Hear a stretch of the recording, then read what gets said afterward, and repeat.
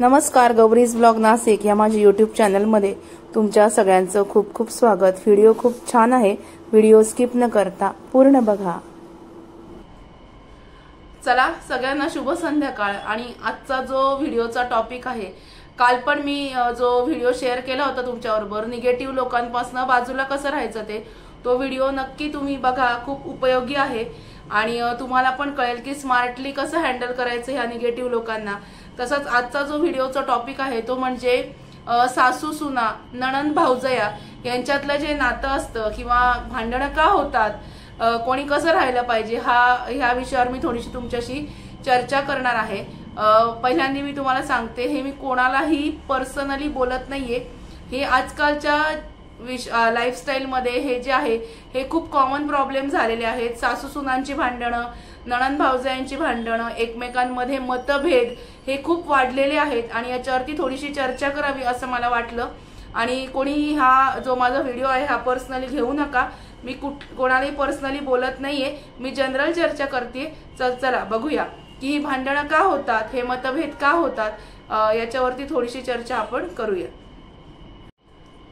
नेहमीप्रमाणे मी काही पॉइंट्स याच्यावरती लिहून घेतलेले आहेत, कारण बोलताना काही काही जे पॉइंट असतात ते माझ्याकडनं राहून जातात। काही वेळेस असं बोलताना विसरल्यासारखं होतं, म्हणजे राहून जातात पॉइंट बोलायचे। तर म्हटलं आपण सगळे मुद्देसूद बोलता येईल आपल्याला असे पॉइंट मी लिहून घेतलेले आहेत।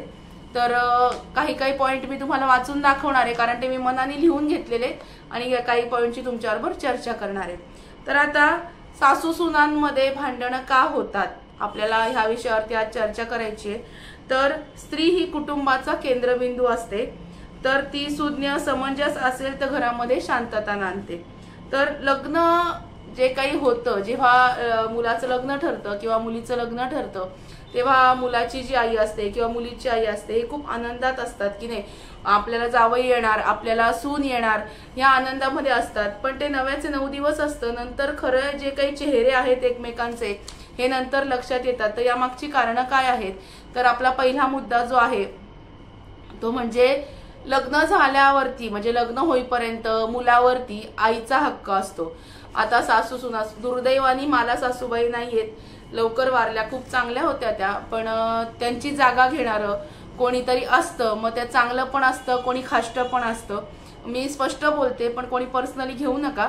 तर जरी सासूबाई नसल्या तरी त्यांची जागा कोणीतरी घेत असतं आणि कोणीतरी इनडायरेक्टली आपल्यावरती रुबाब करण्याचा प्रयत्न करत असतं। तर लग्न होईपर्यंत मुलावरती आई वडिलांचाच हा हक्क असतो, परंतु लग्नानंतर मुलगा काही प्रमाणात का होईना बायकोला अधिक महत्त्व द्यायला लागतो। ते आईला किंवा वडिलांना, आता मला सासूबाई नाहीयेत, तर वडिलांना, नणदांना हे आवडत नाही। तर आता सासू जर जुन्या विचाराची असेल तर मुलींना ती समजून घेत नाही। सासू जर जुन्या विचाराची असेल तर येणाऱ्या ज्या नवीन पिढीतल्या मुली आहेत त्यांचे विचार वेगळे असतात, आचार वेगळे असतात, राहणीमान वेगळं असतं, बोलायची पद्धत वेगळी असते। तर जेव्हा मुलगी तुमच्या घरामध्ये लग्न करून आणता, तुम्ही जेव्हा सून म्हणून आणता, तेव्हा त्या मुलीला किंवा तुमच्या सुनेला तुमच्या घरातली जी काही पद्धत आहे, काय तुमच्या घरात स्वयंपाकाची पद्धत म्हणा, कोणाशी आल्यावर कसं बोलायची पद्धत म्हणा, किंवा काय कपडे घालायचे, याच्यावर तर आजकाल कोणीही बंधन घालू शकत नाही। म्हणजे कुठलेही तोकडे कपडे घालू नाही, पण चांगले कपडे घालायला लागतील, पूर्ण अंगभर कपडे असायला पाहिजेत। काही खूप जुन्या विचारांची माणसं असतात, त्यांना सुनांनी असं त्यांच्याच पद्धतीने वागलेलं आवडतं, त्यांच्या विचारांनी वागलेलं आवडतं, याच्यातून वैचारिक मतभेद हे व्हायला सुरुवात होते। तर येणारी जी सून आहे तिला पण तुमच्या घरातल्या काही पद्धती आहेत त्या तुम्ही समजावून सांगितल्या पाहिजे, तिला पण थोडीशी स्पेस द्यायला पाहिजे। कारण काय होतं की सगळं घर सोडून, आईचं घर सोडून ती आलेली असते, तिच्या घरच्या पद्धती वेगळ्या, तुमच्या घरातल्या पद्धती वेगळ्या, हे समजावून सांगण्याचं काम जरी कोणाला सासूबाई नसतील तर मग नणदांचं काम असतं किंवा घरात सासरे असतात। पुरुष माणसं तर काही याच्यामध्ये जास्त पडत नाही, पण हे सगळं काम त्यांचं असतं। नंतर सासूने तिच्या आयुष्यात जे काही भोगलं असेल तर तिला बऱ्याच गोष्टी, आता सुनेला सगळ्या गोष्टी सहज उपलब्ध असतात। आता बऱ्याच ठिकाणी मी असं पाहिलेलं आहे की सासूबाई किंवा सासरे किंवा नणदा आम्ही आमच्या आयुष्यात खूप भोगलेलं आहे, आता ते तुम्हाला पण तसं भोगावंच लागेल आणि तुम्ही पण तसं वागलंच पाहिजे, हे जे प्रेशर तुम्ही आणता हे आणायला नकोय। म्हणजे मी फक्त सासूनी सुनेशी कसं वागायचं हेच सांगणार नाही, याच्यावरच बोलणार नाहीये, पण सुनेनी पण सासूशी कसं वागायचं, सासऱ्यांशी कसं वागायचं, नणदांशी कसं वागायचं या विषयावर सुद्धा मी तुमच्याशी बोलणार आहे। सासूला तिच्या सासूनी जर खूप त्रास दिला असेल तर तीच पिढी पुढे चालवायची काहीही गरज नाहीये, कारण आपल्या सासूनी जर त्रास भोगला असेल तर तिने तो सासूनी येणाऱ्या सुनेला परत पिढीच्या तोच त्रास द्यायला पाहिजे हा काही नियम नाही।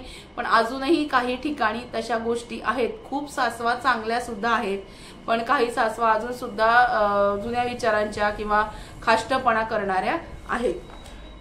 आताच्या सुना कामचुकार आहेत असं पूर्वीच्या सासवांना वाटतं, आता असं नाही म्हणू शकत आपण। आता आजकालच्या ज्या सुना आहेत नोकऱ्या असतात, मुलांची जबाबदारी असते, मुलांना सकाळी शाळेत सोडायचं असतं, सकाळी 9ला नोकरीला जायचं असतं, सकाळी 9ला गेल्यानंतर त्या काम करून संध्याकाळी 7-7:30ला घरी येतात। जसं घरी वर्कलोड आपल्याला असतो तसं कामावर सुद्धा कामाचा ताण हा खूप जास्त असतो।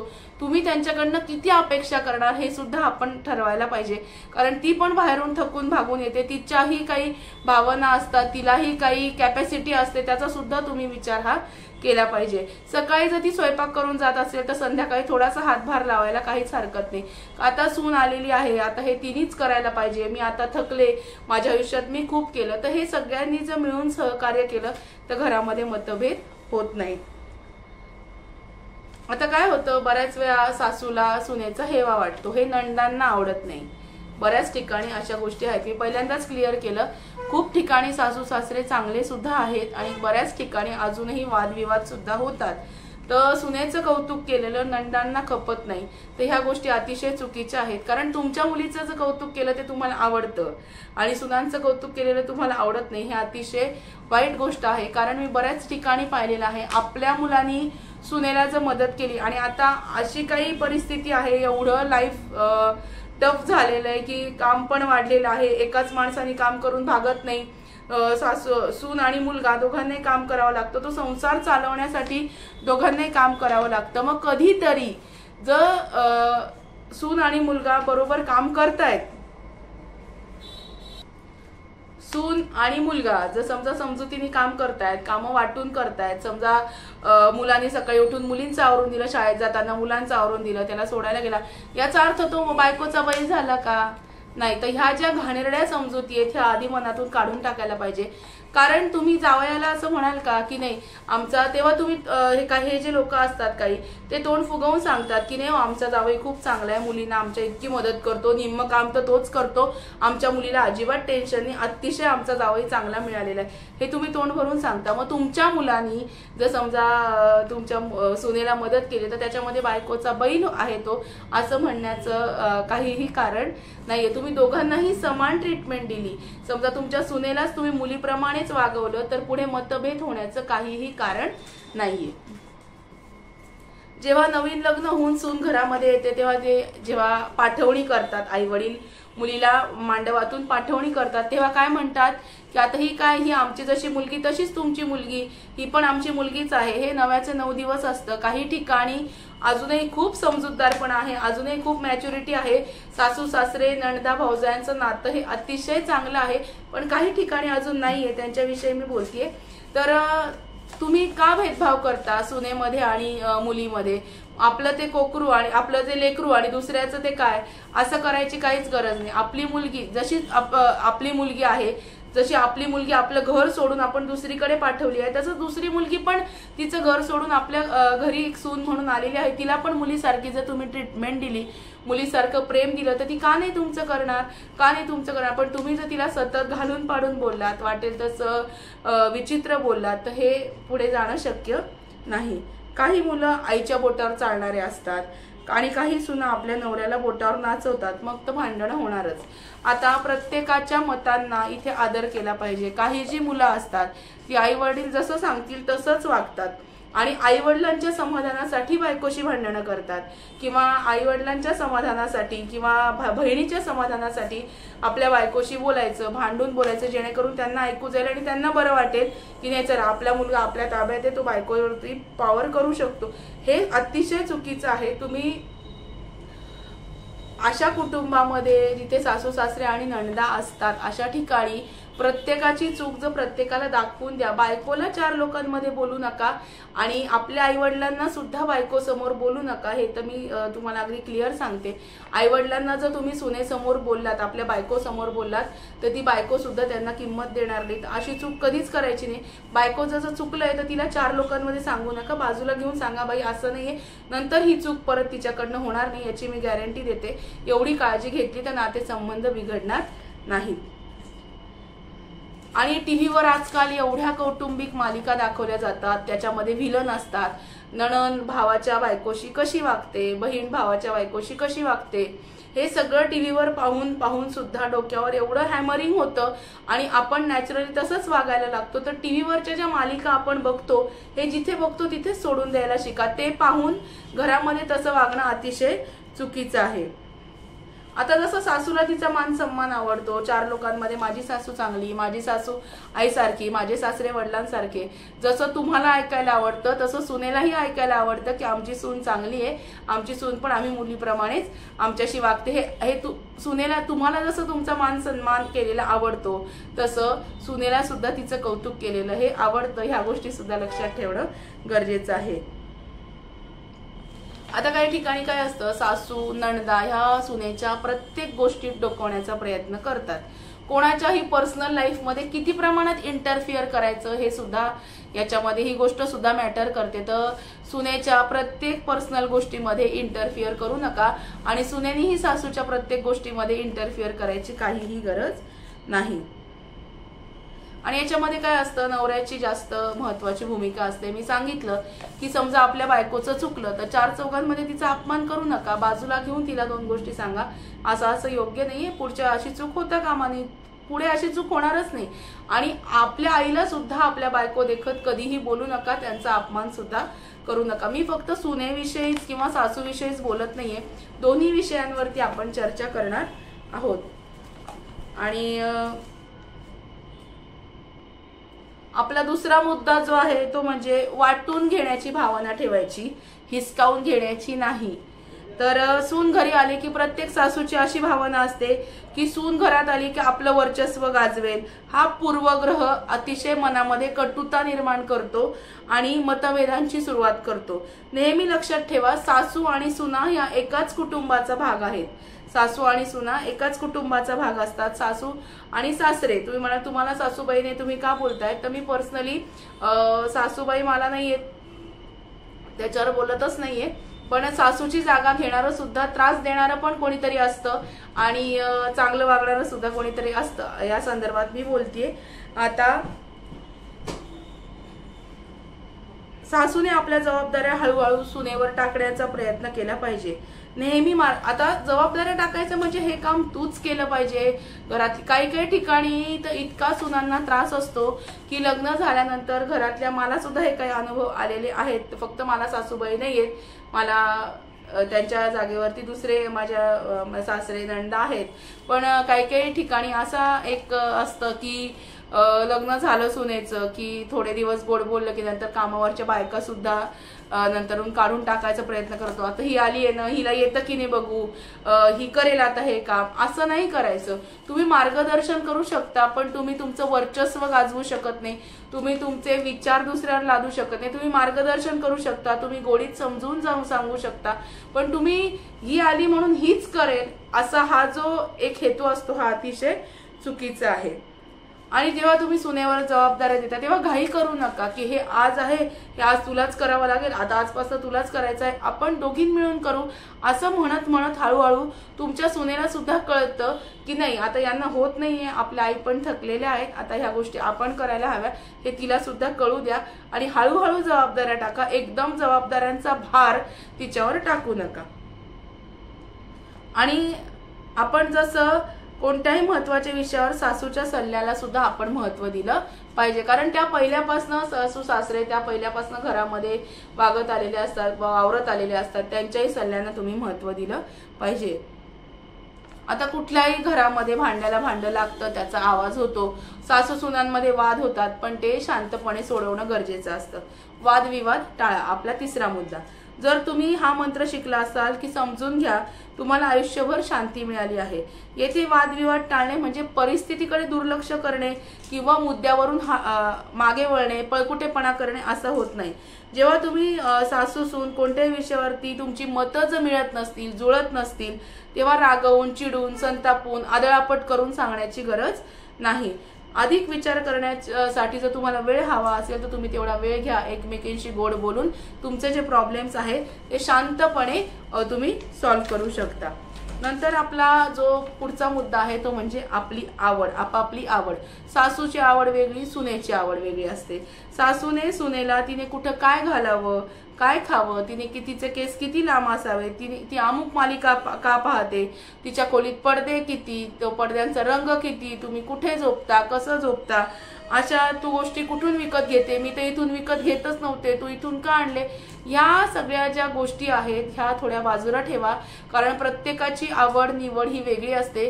घरामध्ये आपण एकटेच राहत नाही आहोत, आपण घरामध्ये 4 ते 5, 6 जण राहत असो, मेजॉरिटीनी आपण निर्णय घ्यायचे असतात, मेजॉरिटीने आपण वागायचं असतं, हे तुम्ही लक्षात ठेवा। आता एकमेकांच्या सल्ल्यांचा आदर करणं हे गरजेचं असतं।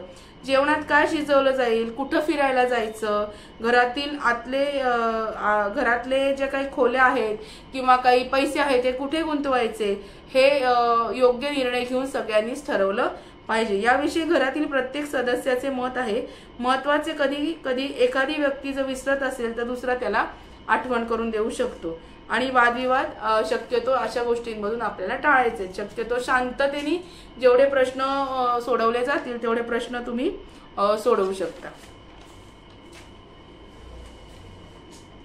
आता प्रत्येकाला त्याची जागा द्या, प्रत्येकाला त्याची स्पेस देणं गरजेचं आहे। आपला पुढचा मुद्दा आहे जागा द्या। जर सून नवीन घरात सदस्य म्हणून आली असेल, सासू आधीपासूनच त्या घरी आहे, म्हणजेच दोघांचा स्वतःचा कम्फर्ट झोन आहे, दोघांचा स्वतःचा एक कम्फर्ट झोन आहे, दोघांची स्वतःची दिनचर्या आहे आणि सहसा समस्या वस्तुस्थितीपासून सुरू होते की दोघीही त्यांच्याशी तडजोड करण्यास नाखुश असतात। यावर उपाय म्हणजे एकमेकांना आपापल्या मतांवर जबरदस्ती करण्याच्या ऐवजी, त्यांच्या आयुष्यात ढवळाढवळ करण्याच्या ऐवजी अगदी सुरुवातीपासून एकमेकांना थोडीशी मोकळीक द्या। सुरुवातीला जर समजा लग्न करून सून घरामध्ये आणली तर काय होतं की कुठे जरी नवरा बायकोला बाहेर जायचं असेल तरी घरात विचारल्याशिवाय निघता येत नाही। ठीक आहे, विचारून जायलाच पाहिजे, आपण कधी येणार आहे याची सुद्धा कल्पना द्यायला पाहिजे, आपण घरी जेवणार आहोत की नाही, बाहेर गेल्यानंतर घरी आल्यावर जेवणार आहोत की नाही हे सुद्धा सांगणं अतिशय गरजेचं आहे। पण हे सांगितल्यानंतर आम्ही बाहेर चाललेलो आहोत, सून आणि मुलांनी समजा हे सांगितलं की आम्ही बाहेर चाललेलो आहोत किंवा आज आम्ही बाहेर जेवणार आहोत, अहो जाऊ द्या ना, तुम्ही तुमच्या आयुष्यामध्ये एवढी मजा केलेली आहे तर तुमच्या मुलाला थोडीशी स्पेस द्या। त्याच्यावरून चिडचिड करण्याचं काहीच गरज नाही, कारण जेव्हा तुमचा मुलगा किंवा सून तुम्हाला सांगते की आम्ही बाहेर चाललेलो आहोत, आम्ही आज बाहेर जेवण करून येणार आहोत, आज जरा थोडा कंटाळा आलाय, तर याच्यावरती तुम्ही त्यांना कुचकं नाचकं बोलायचं, तुम्ही त्यांना काहीतरी मनाला लागेल असा मार्मिक काहीतरी घाव घालायचे, टोचेल असं बोलायचं, जिव्हारी लागेल असं बोलायचं। याच्यामुळे काय होतं, ते जे लोक बाहेर चाललेले असतात ना, याचं रुटीन तुम्ही डिस्टर्ब करता आणि मग परत तिथे सुद्धा त्यांना सुखाने बाहेर फिरता येत नाही। घरी आल्यानंतर परत त्याच्यातून वाद होतात की तुम्ही आम्हाला असं का बोलले, आम्ही तर कधी नव्हतच जातो। तर प्लीज तुम्ही अशी ढवळाढवळ करू नका। तुम्हाला ते लोक मानाने सांगतायत ना की आम्ही बाहेर चाललेलो आहोत, आम्हाला यायला वेळ होईल किंवा आम्ही बाहेर जेवण करून आहे, तर प्लीज तुम्ही त्यांना असं काहीतरी अर्वाच्य किंवा राग येईल असं काहीही बोलू नका। तुम्ही उलट असं म्हणा की बरं ठीक आहे बाबा, जाऊन या पण वेळात घरी या। तुम्ही 4 शब्द जर समजुतीने सांगितले तर पुढच्या वेळी तुमचा जो रिस्पेक्ट असतो तो अजून वाढतो। हे घरातल्या सासऱ्यांनी, सासूनी, नंदांनी लक्षात घ्यायला पाहिजे।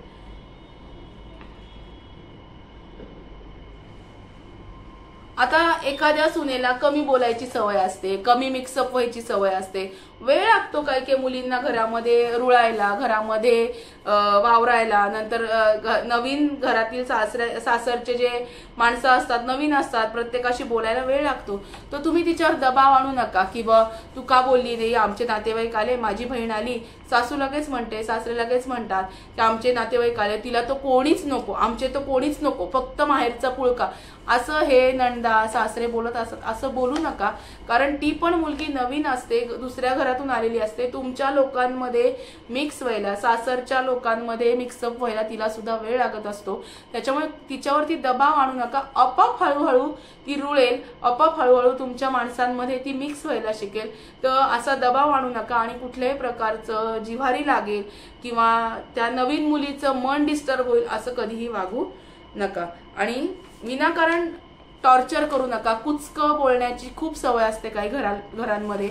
ह्या लोकांना सतत येता जाता कुचकं बोलायचं, येता जाता टोमणे मारायचे. तर प्लीज दुसऱ्याची मनस्थिती, येणारी नवीन सून जी घरामध्ये असते तिची मनस्थिती बिघडेल असं तुम्ही खरंच काही वागू नका. सुरुवातीपासूनच तुम्ही तिच्याशी प्रेमाने वागलात तर नंतर ती तुमचा 100% आदर करेल, एवढं लक्षात ठेवा.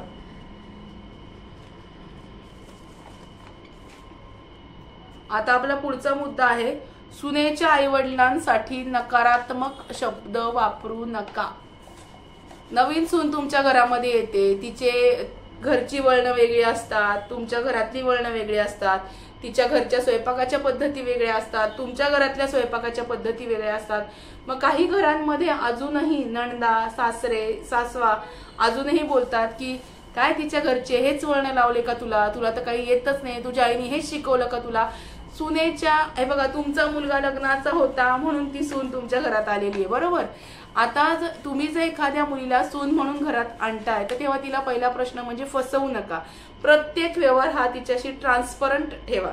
लग्नानंतर याचे प्रॉब्लेम जे असतात, जेव्हा काही लग्न जी असतात ही फसवून केली जातात, तर काय होतं की नंतर लग्नानंतर ती हे तेवढ्या वेळापुरतं तो आत्मिक समाधान मिळतं की माझ्या मुलाचं लग्न झालं, चला गंगेत घोडं न्हायलं असं होतं. पण नंतरून त्या नवरा बायकोमध्ये आयुष्यभर तणाव आणि क्लॅशेस निर्माण होतात. तर प्लीज असं काही करू नका. तुमचा जो व्यवहार आहे तो सासरच्या लोकांनी पण सुनेच्या घरच्या लोकांशी ट्रान्सपरंट ठेवायला पाहिजे आणि सुनेच्या घरच्या लोकांनी पण सासरच्या लोकांशी ट्रान्सपरंट ठेवायला पाहिजे. या दोन गोष्टी जर क्लिअर असत्या तर पुढचं आयुष्य अगदी सुरळीतपणे पार पडतं. आणि काही ठिकाणी काय असतं की लग्नानंतर सून सासरच्या मंडळींना आपलं कुटुंब म्हणून स्वीकारते. इथे आपण आपल्या आईचं घर सोडून आलेलो आहोत, इथे हेच आपलंच कुटुंब आहे हे स्वीकारत असते. याच्यात महत्वाचा मुद्दा म्हणजे आपल्या नवऱ्यानी, म्हणजे त्या नवऱ्यानी आपल्याला किंमत देणं, आपल्याला इज्जत देणं हे खूप गरजेचं असतं. जेव्हा नवरा ठामपणे बायकोच्या बाजूनी, चुकीला चूक आणि बरोबरला बरोबर म्हणण्यामध्ये एक्सपर्ट असतो आणि नवऱ्याने दाखवून द्यावं, बायकोची जर चूक असेल तर दाखवून द्यावं, बायकोची चूक नसेल तर तेही पटवून द्यावं. ह्या जर गोष्टी क्लिअर असल्या तर नवरा बायकोमध्येही भांडणं होत नाही, मतभेदही होत नाही, मुलामध्ये वडिलांमध्ये सुद्धा मतभेद होत नाही, सासू सासऱ्यांमध्ये आणि सुना मुलांमध्ये सुद्धा मतभेद होत नाहीत. तर काय होतं, लग्नानंतर सासू सासरच्या मंडळींना आपलं कुटुंब, सून सासरच्या मंडळींना आपलं कुटुंब म्हणून मानत असते. यासाठी सासूनेही सुनेच्या भावनांचा आदर करणं गरजेचं असतं, सासऱ्यांनी पण. परंतु अनेक वेळा सासू सासरे तसं करत नाहीत आणि सुनेच्या छोट्याशा चुकीवरती तिनं थेट तिच्या पालकांवरती टीका करतात. अजूनही काही घरांमध्ये ह्या गोष्टी आहेत. आणि जर तुम्ही सासू असाल तर तुमच्या सुनेच्या पालकांबद्दल किंवा तिच्या कुटुंबाबद्दल नकारात्मक शब्द, अर्वाच्य शब्द जर तुम्ही वापरले तर कुठल्याही मुलीला राग येऊ शकतो. असं करायचं नाही. थेट डायरेक्ट आईवडिलांवर जाऊन बसतात आणि आईवडिलांवर बोट ठेवतात की तुझ्या आईवडिलांनीच तुला काही ठिकाणी शिवीगाळ आणि असं अर्वाच्य शब्दामध्ये सुद्धा सुनेच्या माहेरच्या लोकांना बोललं जातं. आता काय असतं, या सासरच्या काही ठिकाणी काय पॉलिसी असते की सोडून द्यायचं तिथल्या तिथे.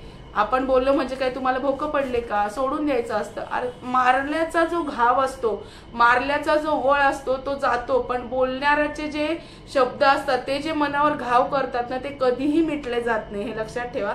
मारणाऱ्याचा हात धरता येतो, बोलणाऱ्याचं तोंड धरता येत नाही. आणि मारणाऱ्याचे वळ जातात, मारल्याचे वळ जातात, पण बोलल्याचे जे घाव असतात ना हे कधीही जात नाही. त्याच्यामुळे त्या सुनेच्या पालकांना अर्वाच्य बोलण्याचा तुम्हाला काहीही अधिकार नाही, तुम्ही बोलू शकत नाही आणि असं बोलूही नका. याच्यातून फार मतभेद होतात आणि पुढे अतिशय ह्या भूमिका ज्या असतात सासूबाईंच्या या टोकाला जाऊन याचे निर्णय होतात, म्हणजे अगदी घटस्फोटापर्यंत वेळ येऊ शकते.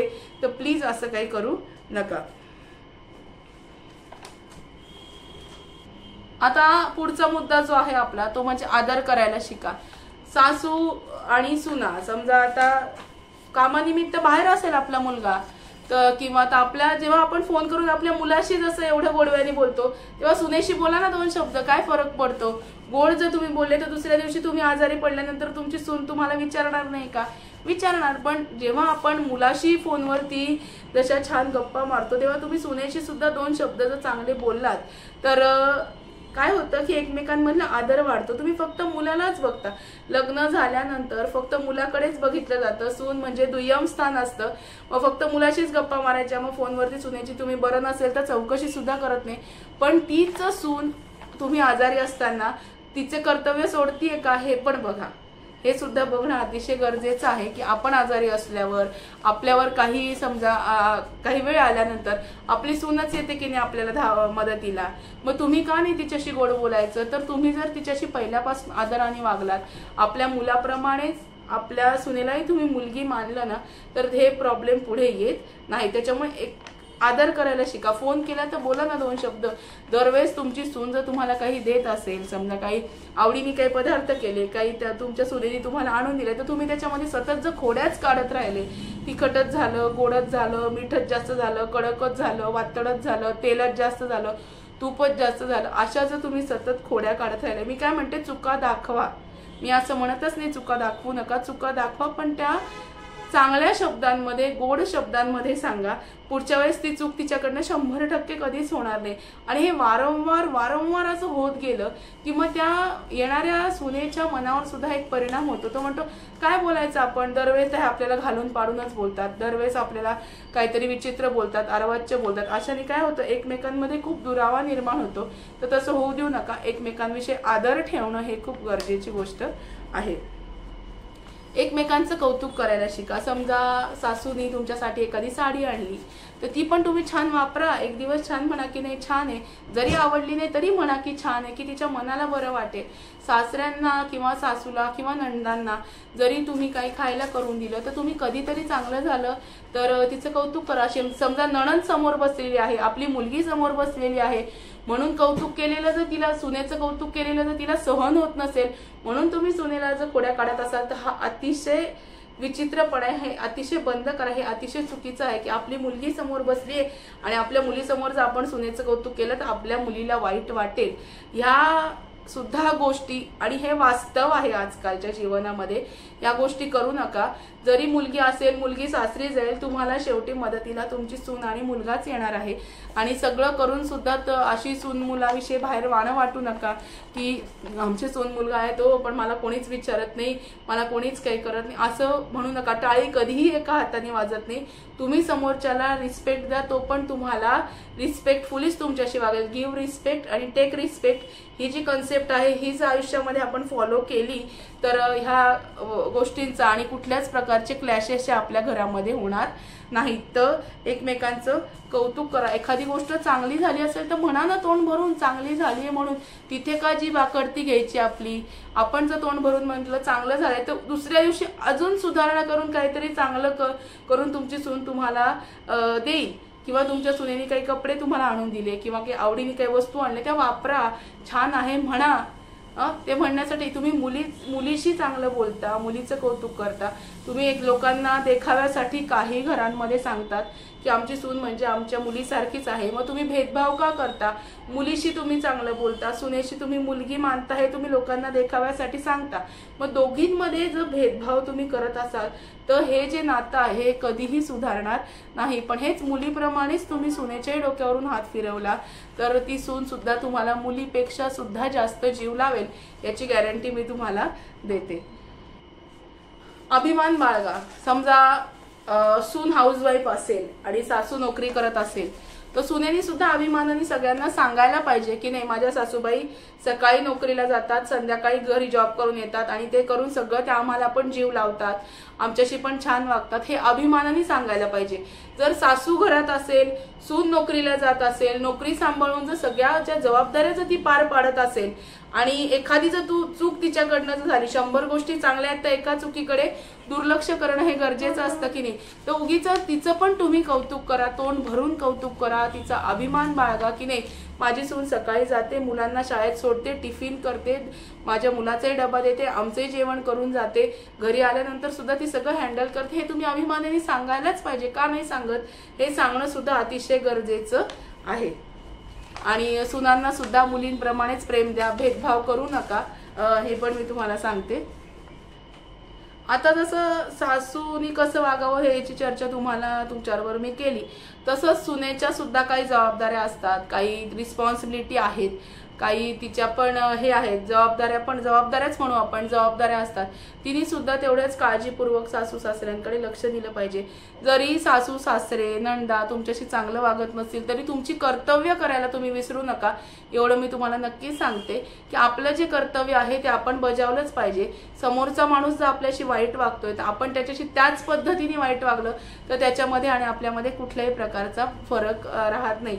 आणि यात काही घरांमध्ये नणदा सुद्धा खूप खाष्टपणा करतात, मी असं म्हणत नाही, अजूनही मी तुम्हाला तेच सांगते, गैरसमज करू नका आणि पर्सनली घेऊ नका। खूप घरांमध्ये नणदा भाऊजया सुना सासू यांचं नातं खूप छान आहे, मैत्रीसारखं घट्ट पण आहे, पण काही घरांमध्ये अजूनही हे प्रॉब्लेम चालू आहेत की भावाचा चांगला चाललेला संसार नणदांना बघवत नाही आणि मग काय होतं, भांडणं होतात, शेवटी सगळं टेपरणं त्या भावाच्या बायकोवर येतं। तर असं करू नका, अजूनही काही ठिकाणी आरोप केले जातात, संशय घेतले जातात, तर प्लीज असं काही करू नका। जेव्हा तुम्ही भावाचं लग्न करता, आपल्या मुलाचं लग्न करता, तेव्हा सगळ्या चौकशा करून एका चांगल्या घरातल्या मुलीला आपल्या घरामध्ये सून म्हणून आणता, आमची मुलगीच आहे ही असं म्हणून आणता, तेव्हा तुमच्या पण काही जबाबदाऱ्या असतात, ती सून म्हणून आपणही चांगलं वागलं पाहिजे। आणि लग्न झाल्यानंतर किंवा लग्न झालं नसताना सुद्धा काही नणदा ज्या अशा आहेत त्या खूप इंटरफिअर करतात, ह्या इंटरफिअरन्समुळे भावाचा संसार होत नाही, भांडणं लागतात, इनडायरेक्टली एकमेकांमध्ये दुरावा निर्माण होतो। का नाही नणंद भावजया, तुम्ही बहिणींसारखं राहात, जर तुमची भावजे तुमच्यासाठी सगळं करते, तुमच्या मुलींसाठी त्यांचे कर्तव्य करते, तर तुम्ही का नाही ऍक्सेप्ट करत तुम्ही ह्या गोष्टी, तर तुम्ही ह्या गोष्टी ऍक्सेप्ट करायला शिका। आणि जर चुका होत असतील तर एकमेकांना समजावून घेण्याचा प्रयत्न करा, समजावून सांगण्याचा प्रयत्न करा। याचा अर्थ असा नाही की तुमची भावजे चुकली आणि तुमची नणंद चुकली म्हणून त्याच्यावरनं खूप मोठा गोंगाट करायचा, खूप मोठा वाद करायचा। फोनवर सुद्धा काही ठिकाणी अशी पद्धत आहे की फोनवर सुद्धा भाऊजाईचा संबंध नसताना सुद्धा, भावाचा काही म्हणजे संपर्क भांडणाशी रिलेशन नसताना सुद्धा ह्या विषयावर फोनवर सुद्धा तासन तास नणदा चर्चा करत बसलेल्या असतात। आणि मुलींनी सुद्धा सासरची प्रत्येक गोष्ट माहेरी सांगायची नाही, घरातली लाकडं ही घरातच जळू द्यायची, माहेरी प्रत्येक गोष्ट सांगायची नाही। आणि सासरी सुद्धा मुलांनी प्रत्येक गोष्ट वडिलांना बहिणीला सांगायची गरज नसते, कारण सूनही मॅच्युअर्ड असते, म्हणजे नवरा बायको हे दोन्ही मॅच्युअर्ड असतात, सून मुलगा मॅच्युअर्ड असतात, त्यांनी त्यांची भांडणं त्यांच्या लेवलवरच सोडवायला हवीत। प्रत्येक गोष्ट आईला सांगायची, आईचे विचार आहे, हे सगळं चुकीचं आहे, तर प्लीज असं करू नका। आणि लग्न झालेल्या नणदा आणि ज्या लग्न झालेल्या नाहीत अशा सुद्धा नणदांनी भावाच्या संसारामध्ये खूप जास्त इंटरफिअरन्स करू नाही। तुम्ही इंटरफिअरन्स करा, पण चांगल्या पद्धतीने केला तर ती गोष्ट अतिशय निराळी आहे। पण आपल्या इंटरफिअरन्सनी जर यांच्या घरात भांडणं लागत असतील किंवा कोणाचे कान भरवणं, चुगल्या करणं, ह्या ज्या गोष्टी आहेत त्या प्लीज करू नका। हे सगळं जर चालत राहिलं तर नणंद भाऊजाई, सासू सासरे, सून मुलगा यांच्यामध्ये कधीही आपुलकी राहणार नाही। ह्या गोष्टींवर जेव्हा आटोका येईल आणि जेव्हा एक बाई, एक स्त्री दुसऱ्या स्त्रीला स्वतःच्या प्रमाणे तिच्या भावना समजून घेईल, एक स्त्री दुसऱ्या स्त्रीचं मनापासून कौतुक करेल। अजूनही काही ठिकाणी नणंद भाऊजाई दिसली की नणदा अशा मुरके मारतात, वाकडी तोंड करतात। हे जेव्हा सगळ्या गोष्टी बंद होतील तेव्हाच हे नातेसंबंध सुधारतील। मी हा व्हिडिओ जो आजचा केलेला आहे हा कोणालाही पर्सनली बोललेली नाहीये। ह्या गोष्टी आजकालच्या जगामध्ये आहेत म्हणून ह्या गोष्टींवरती आज मी तुमच्याशी चर्चा केली। आजचा व्हिडिओ कसा वाटला ते मला नक्की कळवा आणि या व्हिडिओत ज्या काही गोष्टी मी बोललेली आहे हे वास्तव आहे। काही घरांमध्ये अजूनही संबंध नवरा बायको सून मुलगा नणंद भाऊ यातले सुदृढ आहेत, पण काही घरांमध्ये असे प्रॉब्लेम्स आहेत आणि मला रिक्वेस्ट पण आली होती की तुम्ही या म्हणजे जे काही रिलेशन आहे त्याच्यावरती चर्चा करा, म्हणून आजचा व्हिडिओ मी आज तुमच्याबरोबर शेअर केला। Please don't take it personally, कोणालाही मी याच्यामध्ये पर्सनली बोललेली नाहीये, जनरल अशी चर्चा मी तुमच्याबरोबर केलेली आहे। तर आजचा व्हिडिओ कसा वाटला ते मला नक्की कळवा। व्हिडिओ आवडला असेल तर व्हिडिओला लाईक शेअर आणि सबस्क्राइब करायला विसरू नका। भेटूया अशाच नवीन व्हिडिओमध्ये नवीन विषयाबरोबर उद्याला। तोपर्यंत स्वतःची काळजी घ्या आणि हेल्दी रिलेशन ठेवा आणि छान समजुतीने वागा। Bye bye, take care.